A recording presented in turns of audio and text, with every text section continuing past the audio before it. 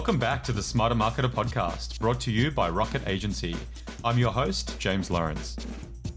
Welcome back to the Smarter Marketer podcast. I'm here today with Simon Connolly.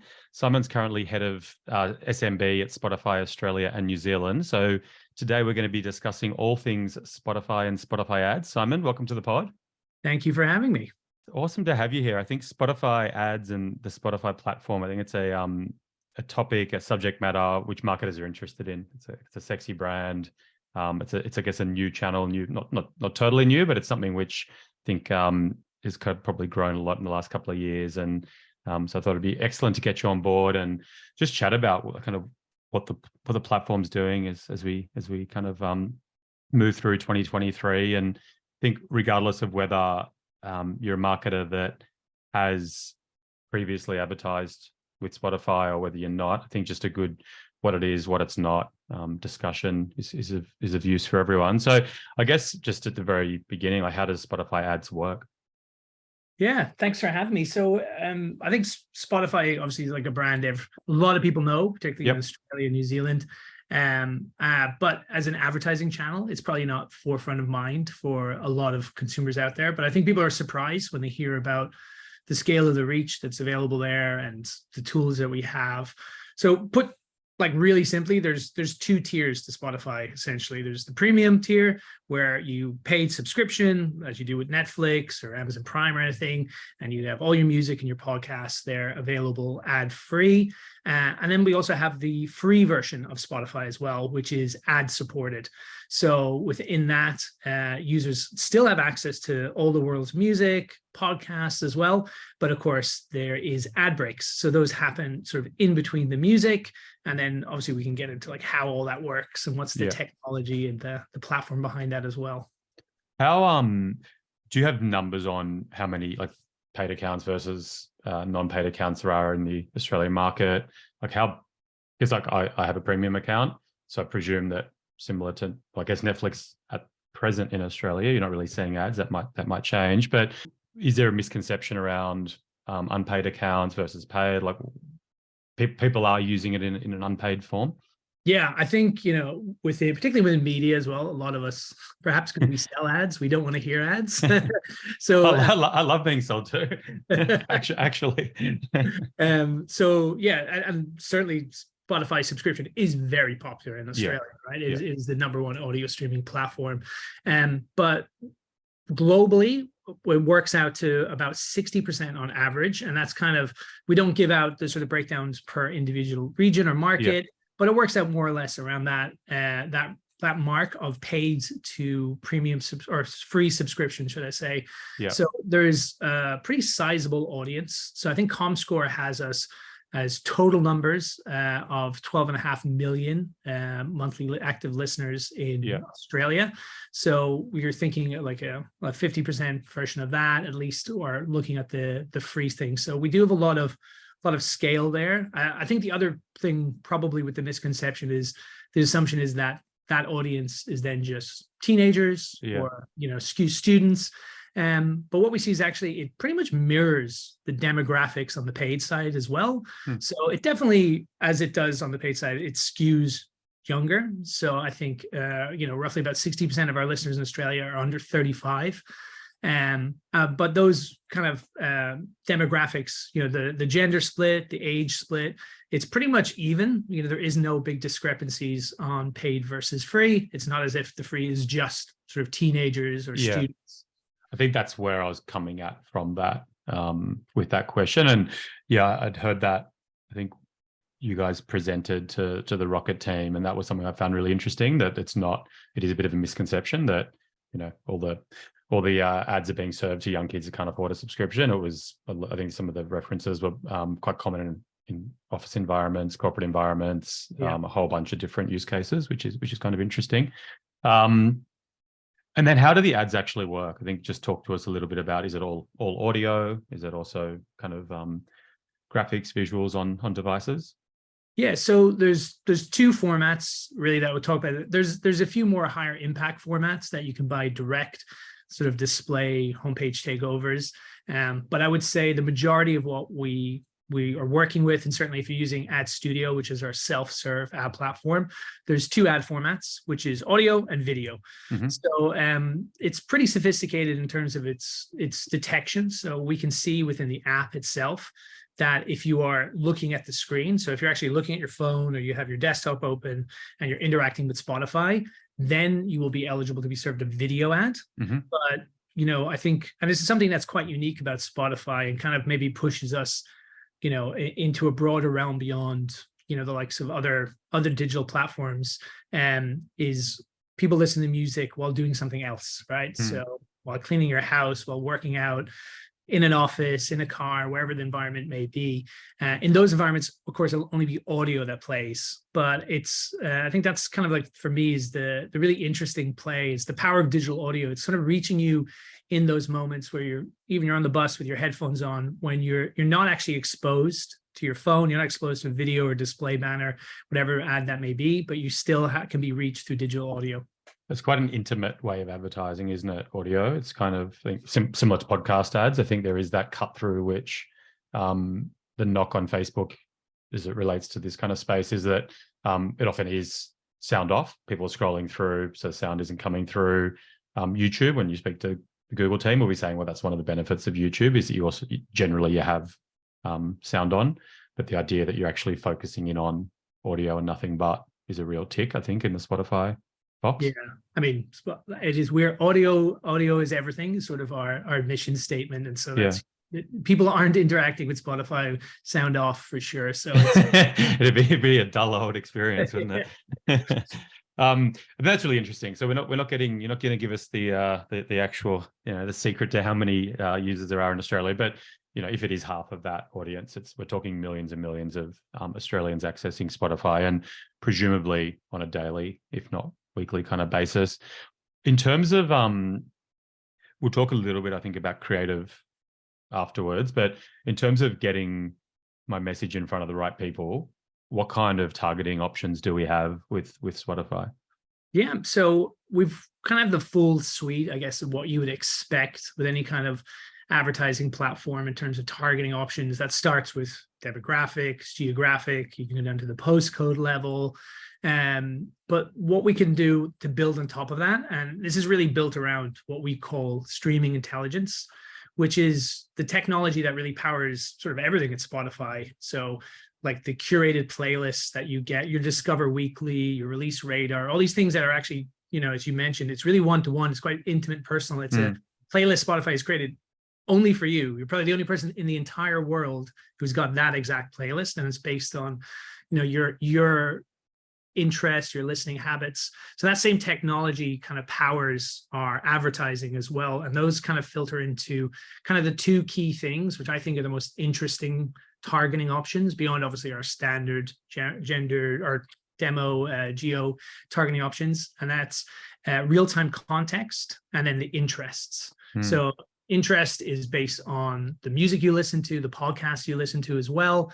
So we're able to pull together pretty powerful sort of buckets of these are the kinds of people who are interested in sports versus these are the kind of people who are interested in, you know, entertainment and lifestyle.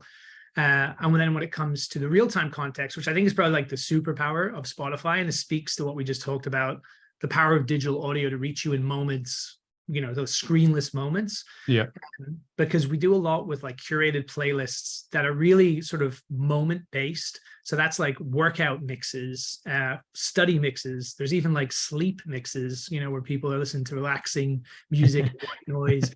And that kind of contextual contextual moment, I think is really powerful moment for advertisers, because, you know, we've seen it from our own research and our own studies that like 2/3, 75% of respondents say that they are much more favorable to ads when it recognizes the context that we're being played in. So if you're selling a sports drink and you're in a workout playlist, you know, it's a very, very natural fit.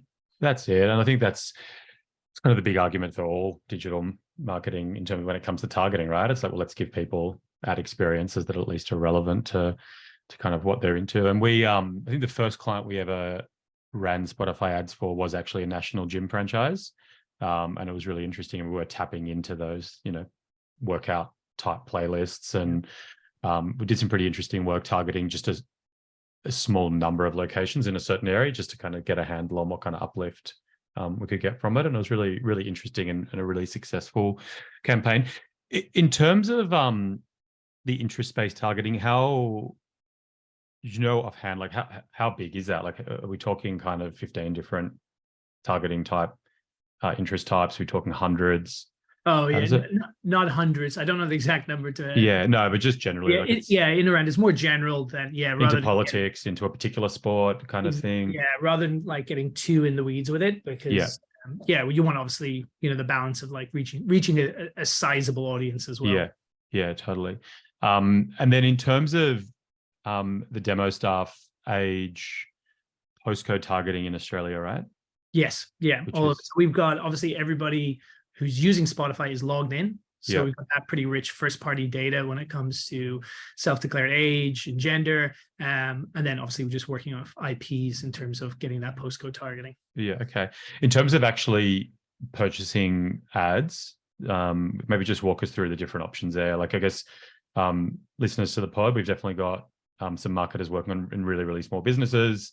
We've got marketers working in mid-market, upper end of SME type area. And then we've also got marketers working in really large organizations. So kind of what are the different paths to getting the most out of buying Spotify ads?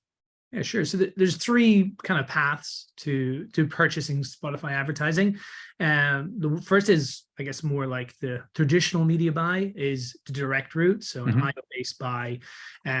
There are minimums on those. So it's guaranteed. It's usually a higher end minimum in terms of IO amount. So it tends to lean towards those enterprise level brands, big national brands, the big agencies as well, tend to buy direct. We also have programmatic. So obviously through your DSP, or if you're buying programmatically, you can also access Spotify inventory through there as well. Yeah. And then we have, which is sort of my world and where I work on, is our self-serve platform, which is called Ad Studio. So that's sort of the vast majority of advertisers who are accessing Spotify here locally, but globally as well. And put simply, it's just sort of ease of use, right? So again, it's a self-serve platform, very much styled on every other self-serve platform that you would be familiar with, Ads Manager, Google Ads. And you can start from as little as $250. So just can be through a credit card. You can do invoicing through it as well. And you're really getting that full suite of targeting options. You're getting that inventory, getting the audio and the video as well. So it's pretty like democratic in terms of access. There's not much that is held back that you have to buy direct. It's very instantly accessible through the self-serve platform. And that's, particularly for those SMEs, the smaller kind of side of things. And a lot of agencies as well are using Ad Studio for its ease of use and its flexibility as well, right? So again, you could just go in, like you said, you guys have done a rocket, test out a few campaigns, see the results, and then see if you guys want to invest further and take it. Yeah, that's it. Like, we've always found it really, really easy to use and super useful in terms of running campaigns for clients through that interface. Do you and then maybe just talk to the listeners about the metrics, because obviously it's a slightly different it's a different media, right? To, I think, what a lot of marketers are used to in digital. So maybe just talk about, like, if we're running a campaign, what kind of metrics are we getting reported back? Yeah, so you'll get sort of everything you would come to, I would say, expect in terms of running a digital marketing campaign. So you'll obviously see your impressions, you'll see your reach, you'll see your click-through rate. You'll also see, which is somewhat unique for Australia, because we have within Australia, so there's actually, I don't know if you have any Kiwi listeners, it's different in New Zealand than it is in Australia. Most of the world, the ads are non-skippable in Spotify, but here in Australia, the ads are actually skippable. So you also see completion rates as well, because the user does have the ability to skip the ads. And we actually work on a second price auction model within Ad Studio. So it's a biddable platform, and you are bidding and being charged for your completed listen. So we're not charging you until 100% of that ad is actually listened to. That's even though they are skippable. Even though they are skippable. So no fee incurs if the user chooses to skip the ad. So presumably ads that are relevant kind of rise to the top and get promoted by the algorithm. Yeah, absolutely. And I think what we find, just the user behavior of Spotify, we in general have quite a high completion rate, because you know, if you think about it, it's very different from, you know, what you may experience on YouTube, where you're trying to get through the ad to get to the content. Yeah. This is, you know, interstitial amongst music. So this could be, you know, studying or working out. So you're just listening to hours of music, and there's certain ad breaks within there. And obviously a lot of it is screenless moments. So users are exposed to that ad. They're probably less inclined to sprint across the room to try skip it, just listen to the ad, to move on, you know, if you're in the middle of a workout or you're studying, or you're doing the chores in the house, whatever it may be. It's gonna be a pretty bad ad to it'd be pretty bad. come on, marketers. What that kind of segues nicely into the next section. So in terms of the ads themselves, if we could maybe just talk, you know, what are our options there, length, different options, and then what works and what doesn't based on your kind of experience. Yeah, so it's audio or video up to 30 seconds. So I won't, like if you go to ads.spotify.com, obviously there within the help section, you can see the full ad specs, the dimensions, you know, there's obviously an image that goes accompanying banner image as well that you can put in there, and all file sizes and all that fun stuff I won't bore you with now. But what we really recommend, I think, is particularly the audio. I think video is somewhat universal now, right? So like every platform supports video. It's very much a video first, right? Moving away from static banner images on digital advertising. So video tends to follow those same rules, right? You've got short, sharp, to the message point. And I think it's where audio is quite unique to us, right? Because that's particularly on this, you know, where I work with a lot of smaller brands and agencies. They're not necessarily buying audio in any other means. They may have dabbled a bit in podcasts, very unlikely to be spending on commercial radio. So audio is probably the stumbling block for them, where they're like, we don't necessarily know how to create audio ads. We don't know what we should be doing. And we're kind of very, I'd say, hyper conscious of that. And it's something we're trying to do, is to lean very heavily into supporting businesses with that. So to that end, within the Ad Studio UI, we actually have a free audio ad creation tool. So if you follow the steps to creating a campaign, then you create an ad set. And then when you get to the ad creation page, you have two choices. One is you upload your own creative. So again, you know, just follow the file sizes, and the, you know, the necessary formats, you can upload it there. Or you can choose to use the free creation tool. So within there, directly within the UI, you have space to write a script. You have instructions that you can say in terms of like inflection, emphasis, tone. You can pick a voice actor. So there's samples, and that could be like you want a male voice, female voice, young, old, Aussie, Kiwi, American, Irish, whatever you want. And then you package that up. You pick the background music as well. There's a library of free assets there. And within 24 hours, that goes to a real actor. So I think one of the things we often, people are amazed that that's there, and they think it's an AI generated. I was going to say it's not some kind of AI generated. And I mean, who knows, maybe at some point in the future, the way AI is going, maybe it ends up being there, but I can guarantee as it stands today, these are human actors that we employ. Put this in the voice of Morgan Freeman, my ad for Rocket. And they get back to you, you get an ad within 24 hours, and then you can either choose to use that ad, you can ask for revisions upon that ad. And, you know, like, again, we're trying to remove that barrier to make it really easier to use. There's a lot of resources, again, ads.spotify. We actually recently did a webinar this Wednesday, actually. I'll date the webinar. Two days ago. We won't say the date. We'll just say 2 days ago. 2 days ago, yeah. I won't date us. We're doing this in 2014. We're just ahead of the times. But that content is now actually on our YouTube channel as well. So if you go to Spotify Ads, there's a YouTube channel, you can see it there. And it's called The Secret Sauce, How to Write Effective Audio Ads. And it just talks about, because I think that's the other thing, we have the tool there, but a lot of clients we work with are like, actually, I don't know how to write copy for audio. So we just walk through some of the basics in terms of how to script it out, what instructions the kind of voice actor needs in terms of like pronunciation, emphasis, where you want it to be. But that's completely free of use within the Ad Studio UI. So anyone today can go log in, get started, and have an ad created within a day. It's a pretty compelling value prop, right? Particularly when it's a $250 minimum purchase. Yeah. And I think as well, like, it's probably one of our strongest USPs when we talk to brands is that, this is something that potentially could cost thousands to go to a creative agency and have commissioned, that it is a free resource that is available. And, I'm not sure if you guys tried it in your own, but we've got, I would say majority of our advertisers leverage it. So the quality and the results are pretty high on it. Yeah, it's excellent. I think it'd be good now because our experience, and this may not necessarily be everyone's experience, but I think for us, we do a lot of stuff in Google Ads, search, bottom of the funnel, conversion rate, cost per conversion type thing. I think in our experience, our campaigns have probably compared more to top of the funnel type areas, more like when we're running YouTube for clients, when we're running display, which then help bring people into an ecosystem to then purchase. I guess, does that mirror where you would generally see the Spotify ad sitting? And then kind of segue into that, what are the types of businesses, brands, use cases that you see generally working really, really well? Yeah, I mean, absolutely. I think that's right. I think the way you purchase, the objectives that you can buy with an ad studio today are reach and completed listens or impressions, for lack of a better term. So very much top of the funnel, very much consideration and awareness driving.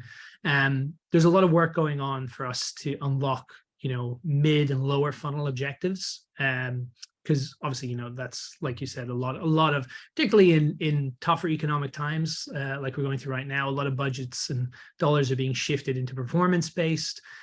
So we very much are conscious of that. We're trying to build a full funnel solution, but as it stands right now, very much top of the funnel. I think as well, even when we have the ability to obviously kind of purchase on more lower funnel objectives, just what Spotify is as a platform, it's very different from, obviously very different from paid search, but different from social media as well. It's an accompaniment to someone's day, right? Yeah, that's it. As I talked about, often music and podcasts are played in the background while somebody's doing something else. So, the likelihood of converting then and there, like you would expect on, a social media platform, is just, it's not going to be like for like, right? It's always going to be kind of a very different experience. So it's very much about awareness, consideration, top of the funnel. To that end, and that kind of mirrors the advertisers we see. So we actually have got quite a broad mix, but it's certainly those advertisers, I think, that understand the power of top of funnel, understand cross-channel like attribution journeys as well. So understand that, yeah, those conversions you may not be seeing directly from that session within Spotify, but obviously that's going to have a knock-on effect to paid search or to social media as well. In terms of cost effectiveness and reach, what we're able to achieve in terms of awareness, and Spotify is really, really effective, compared to other channels that have that same kind of scale. So yeah, really kind of broad. Definitely, we see if you have I guess a higher ticket value, like if you're something that takes a longer consideration cycle, we see a lot of those advertisers, particularly in education. I think that's to our young demographic as well, right? So, a lot of universities, a lot of third level education. We even see like autos, so even down to the dealership level as well. People have those sort of higher value, kind of understand that consideration cycle to buy a car, to sign up to a university course, even go on a holiday, could be weeks or months or years in some cases. So they understand the power of their awareness being, reaching those users at that stage. Yeah, and we ran a really good campaign with Liv Mervac, and that's all about build to rent. So people making pretty big life decisions, right, about the kind of place they're going to move to long term. Is it fair to say that it probably skews more B2C, just given the kind of targeting options available? Yeah, we've definitely run some B2B campaigns in the past. I would say the majority definitely is B2C, just again, given the kind of like it's the reach play, right? Yeah. So if you're getting a pretty broad church in terms of who you're reaching from Spotify, I mean, you can go down quite granular if you wanted to, but in general, best practice is obviously to keep it as broad as possible. Do you have any data that you can talk about publicly around Spotify usage versus traditional radio listens? We do actually. I mean, I don't have it to hand. No, but just it was really interesting. We had a client a few years ago, and because you mentioned education, and they were an RTO that was very much targeting. I don't want to be too specific, just in terms of giving away too much more than I should, but they were targeting school leavers that weren't going to go to university for a particular course, and the fit was just there. It just made so much sense that you would be buying your media in YouTube and Spotify, just given where we always say eyeballs, but this just doesn't apply in this in this instance. Earbuds, I don't know. Earbuds. And basically the marketing team was fully bought into the strategy, and it just got vetoed by the board. And the board said, we listen to radio, and it was like, yeah, but the target market doesn't. So if you even just offhand, like any feedback on kind of demographically, is there an age skew? It's good data from Google as how YouTube compares to cable in the States, just looking at kind of how that graph tracks, and it kind of before you get to about 35, 40, it's all the views are on YouTube compared to traditional cable TV. Anything for the local Australian market? Yeah, we do. Like, so we've done a number of research comparing to like commercial radio as well, and what we kind of focus on is like the incrementality. So, rather than a like either or, it's like if you are in the audio space, if you're considering, radio as a channel, there is this very sizable and often, as you said, skews quite young audience that just does not listen to commercial radio. Again, that's a trend. Linear TV, it's the same trend we're seeing in radio as well. It's skewing to a much more older demographic, and obviously, there may still be value in that, but the incrementality that you can get from including Spotify in that as well can be really, really powerful. I think one of the things we call out there as well is, if you're in a situation where you are buying radio, we don't recommend like radio assets to be used on Spotify, because it's a very different listening experience, right? So, radio is same with linear TV, it's one to many, where Spotify, it's virtually one-to-one, right? It's a much more personalized experience. So that's part of the reason with the free audio creation tool as well. We're trying to make it very easy for advertisers to do creatives unique to Spotify. And actually, we recommend in our best practice, even calling out, in your ad copy, hey, Spotify listeners, making it very, very relevant to the environment. Because what we tend to find is the nature of traditional radio ads, the creative is sort of like abrupt, attention grabbing, trying to be loud, like verging on aggressive. Yeah, for sure. Opposed to, well, that's what I was imagining when you mentioned the kind of the sleep playlist. I could just think of a traditional radio ad with just like, wake up. So we definitely recommend, like thinking, we're all obviously within an audio space, but Spotify is a very different audio environment than commercial radio. Yeah, I think that makes a lot of sense. Similar to the I guess the line we've been taking for the last couple of decades with digital is that, well, it doesn't really matter if Spotify has a slightly lower skew older, because you're not paying if people aren't listening and if they're not getting through to the end of the ad. And then there is this ginormous segment, which I imagine. But what is does the age range start at 18 or? Yeah, so you can report on. I think it starts. You can see in the platform down to, I think, 16, but obviously, like you have the ability to do 18 plus, depending on what your advertising category is. Yeah, awesome.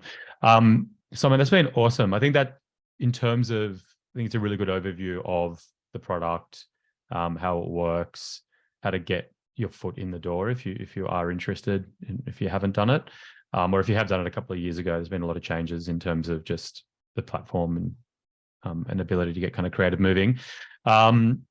I always have the last question that I ask of every guest on the pod. What's the best piece of career advice that you'd give to an Australian marketer? Or it doesn't even have to be an Australian marketer. It could be an Irish marketer, Kiwi marketer.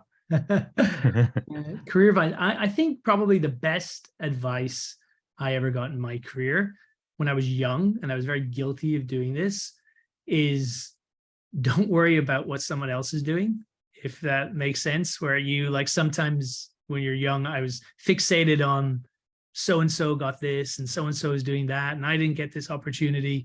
And I got that advice from a manager I had a long time ago, where it's just like, I can only control myself, my own actions. And the more I spent on that, and the more I could just focus on the things I had an influence on or I could control, and I didn't care about what somebody else was doing, even if they got promoted ahead of me. I was like, good luck to them. I can only focus on what I can. I think well, two things. I think I became a better employee. I did better at my job, but I think also like I just derived a lot more satisfaction from my job, and I think it was a lot happier. I think it sounds like that could be broader than marketing advice. I reckon that goes into surely into life, right? Yeah, maybe I should be. The advice is Spotify ads. Yeah, there you go. Spotify will be happy with that. Simon, thanks so much for coming onto the pod. No problem. Thank you for having me. Thanks, mate.